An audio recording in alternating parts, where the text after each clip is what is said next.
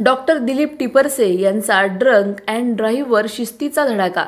वाहतूक शिस्तीचा भंग करणाऱ्यांना पोलिसांचा इशारा। नियमभंग केल्यास थेट कारवाई होणार। अहिल्यानगर शहरात पोलिसांची धडक मोहीम।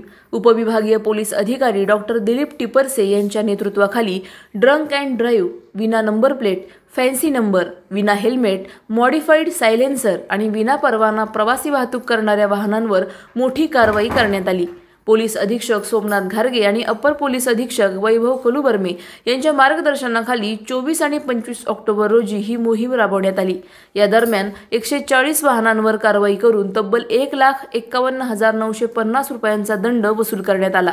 तर 14 बुलेट मोटरसायकलींचे मॉडिफाईड सायलेन्सर जप्त करून कायदेशीर कारवाई करण्यात आली।